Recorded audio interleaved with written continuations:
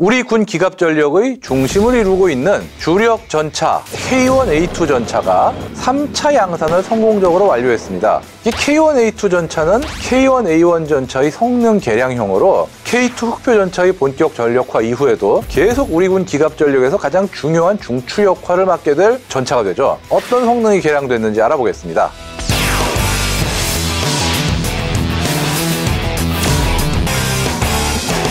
K1A2 전차는 K1A1 전차의 성능 개량형입니다. 새로 만든 건 아니에요. 있는 걸 개조한 거지. 2013년 7월에 정식으로 제식명을 부여받고 이제 단계적으로 전력화되고 있는 우리 군의 주력 전차입니다. 주 개량점은 K1A1의 전자 장비를 K2 흑표 수준으로 끌어올리는 것인데요. K1A2 전차는 기존 K1A1 전차에서 디지털 전장 관리 체계, 피하 식별 장치, 전후방 감시 카메라 등을 장착해서 K2 전차 및 K21 보형 전투 차량 등과 협동 전투가 가능하도록 성능이 개량된 전차입니다. 전투 중량도 K1A1에 비해서 1.3톤이 더 무거워졌죠. 무거워졌다면 혹시 장갑을 개량한 게 아닐까 싶은 의심은 듭니다만 그건 발표가 안 됐습니다. 그렇다면 개량된 K1A2 전차의 핵심 성능을 알아볼까요? 먼저 디지털 전장 관리 체계입니다. 기존에는 아날로그 무전기를 통해서 통신을 수행했는데 무슨 얘기냐면은 정말 우리 지금 뭘 해야 됩니까? 라고 그러면은 무조건 이 수화기 잡고 말로 다 했어야 돼요. 다 이런 식으로 말로 했던 거를 GPS 기반의 위성항법 장치도 적용해서 실시간 정보 공유와 정확한 전장 상황 파악이 가능해졌는데요. 대대급 이하 전투부대에서 직관적인 지휘 통제가 가능하게 됐습니다.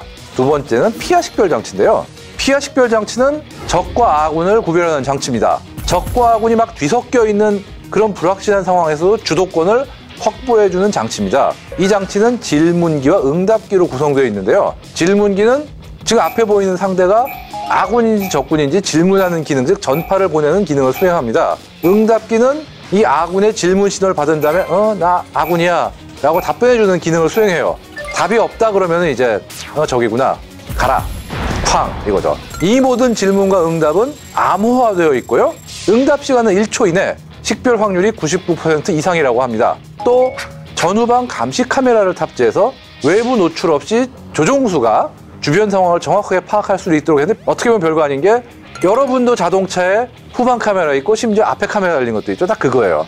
근데 전차는 워낙 크고 안 보이는 부분이 많다 보니까 이 카메라 있고 없고가 굉장히 큰 차이가 나요. 진짜 특히 후진할 때.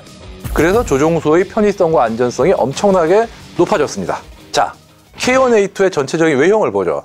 차체 외부에는 포방패 위에 피하 식별 질문기, 한마디로 네모난 안테나가 딱 달려 있고요. 포탑 상부에는 좀 뒤쪽이죠. 위성항법용 안테나가 있습니다. 또 차체 전후방에는 이 텔레비전 카메라가 장착돼 있고 차체 내부에는 전술용 컴퓨터, 신호 처리용 변환기, 포탑 회로 차단 기상자, 피하 식별 신호 처리기, 항법용 컴퓨터, 차체 회로 차단 기상자, 전후방 감시 카메라 디스플레이 유닛 등의 장비가 추가됐습니다. 2006년 4월 K1A1의 성능 개량을 위한 소요가 합동참모회의에서 결정된 후 2013년 12월에 K1A1을 성능 개량한 K1A2가 처음으로 출고되었는데요. 양산 전력화가 본격화되어 2022년 1월 27일 3차 양산 사업이 종료됐습니다. K1A2의 최종 양산은 2023년에 완료할 예정입니다. K1 전차의 개량형하고 E1, A1, A2 이렇게 바리에이션이 여러 가지가 있잖아요. 그렇죠. 차이점을 잠깐 말씀해 주신다면. 이게 좀 복잡한데 K1 전차의 성능 개량형이 K1 E1이죠. 여기서 E는 강화형, 인핸스드라는 뜻인데 K1A2 개량에 들어가는 개량 포인트를 거의 그대로 K1에 적용한 게 K1 E1이에요. K1A2 개량 사업과 K1 E1 개량 사업은 뭐 아예 따로 갑니다. 2014년에 K1 전차의 노후화된 내부 장비들을 교체하되 이를 최신화하면서 성능을 강화하는 K1 E1 성능 개량 사업을 시작했죠. 현재 야전에서 운용 중인 K1 전차 전부를 대상으로 하며 2026년까지 총 사업비 1,469억 원이 투입돼서 K1 E1으로 업그레이드할 예정이라고 합니다.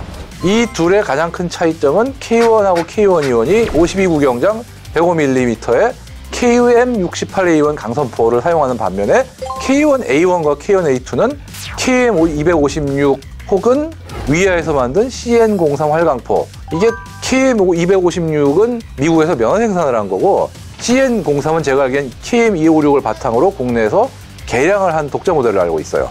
하여간에 둘 다 120mm 활강포입니다.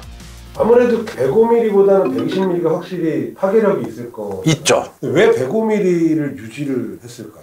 사실 K1하고 K1E1이 105mm 포를 유지하는 게 물론 예산의 문제도 있지만 우리가 지금 북한을 상대하는 상황에서 굳이 이거를 105mm 포를 120mm로 또 K1을 다 바꿔야 될 필요까지는 그렇게 높지는 않을 거라고 보고 거기에 더해가지고 이미 또 120mm 활강포를 갖춘 전차가 K1A1, K1A2, 그 다음에 흑표 이런 식으로 꽤 숫자가 늘어나다 보니까 K1에 굳이 105mm를 120mm로까지 바꿔야 될 어떤 가성비의 문제가 결국 고려돼가지고 105mm를 유지하게 되지 않았나 그런 생각도 들어요. 사실 또 105mm가 좋은 게 비교적 포탄이 다양해가지고 보병에 대한 화력 지원용으로도 나름 유효한 면이 있거든요. 그러다 보니까 이 105mm 포를 계속 유지하는 면도 있을 거라고 봐요. K1A2 개량 사업을 하면서 정밀관 감시할 수 있는 카메라라든가 이런 것들을 달았다. 그렇죠. 근데 왜 이제서 했을까? 만들 때는 왜 그런 기술이 없었던 것도 아닐 텐데. 이게 사실 만들 때는 아직은 없다시피 했죠. 이게 K1, A1이 전력화되기 시작한 게 2000년 초반 20년 전이다 보니까 그때만 해도 전차나 장갑 차량에 전후방 감시 카메라를 단다는 개념이 굉장히 생소했어요. 흑표 정도에나 다는 거였죠, 진짜.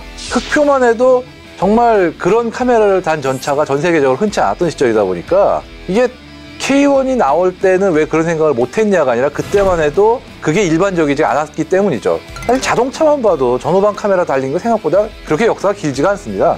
2000년대 초반에만 해도 진짜 고급차만 달았어요, 그거는. 전차라 하면 모름지기 적의 포탄을 몸빵으로 막아내고 나가야 되는데 또 내부에서도 사격을 하면 엄청난 진동이 있고 근데 그 전자장비들이 그걸 다 충격을 버틸까? 버티죠. 그러니까 정말 이게 전차 내부에 들어간 전자장비라는 게 아무나 만드는 게 아니에요, 사실은. 그냥 일반 전자장비처럼 그냥 들고 다니면서 쓰는 정도가 아니라 그 엄청난 충격과 주행 진동 등등을 다 버텨야 되기 때문에 정말 많은 어떤 부분을 고려해가지고 설계를 합니다. 내열, 내한, 특히 충격과 진동에 대한 어떤 내성은 설계 단계에서 굉장히 많은 고민을 하고 많은 테스트를 해요. 그렇기 때문에 이 전차에 들어간 전자장비가 늘 민수용보다 조금 좀 한 세대 뒤쳐져 있는 게 그런 이유도 있어요. 왜냐하면 그런 거를 다 고려해서 개발하는 시간이 오래 걸리고 그렇기 때문에 민수용처럼 빨리빨리 어떤 세대에 맞춰가지고 업그레이드를 하지 못하는 면은 있거든요. 피어 식별 장치라든가 헌터킬러 기능을 하는 어떤 감시 카메라라든가 이런 것들이 사실은 이렇게 외부에 돌출돼 있잖아요. 있죠. 그럼 얘들은 외부의 적의 어떤 총격이라든가 포탄에 취약할 수도 있지 않나요? 어느 정도는 있죠. 뭐 소총탄이나 뭐 파편 정도는 몰라도 포탄 같으면 얘기가 다르긴 한데 파손이 된다 그러면 일단 빼가지고 수리를 하면 되니까 그런 부분들은 소모품이라고 생각하시면 돼요, 어느 정도는. 근데 솔직히 포탄을 맞으면은 그것만 문제가 아니라 많은 부분이 말썽을 일으킨 상황이기 때문에 장갑제든 뭐 궤도가 나갔든 뭐가 되든 어쨌든 끌고 가서 수리를 해야 될 상황이 대부분이기 때문에 지금 그거 위에 있는 게 뭐 망가지거나 이런 걸 고민할 단계가 아니죠, 사실은.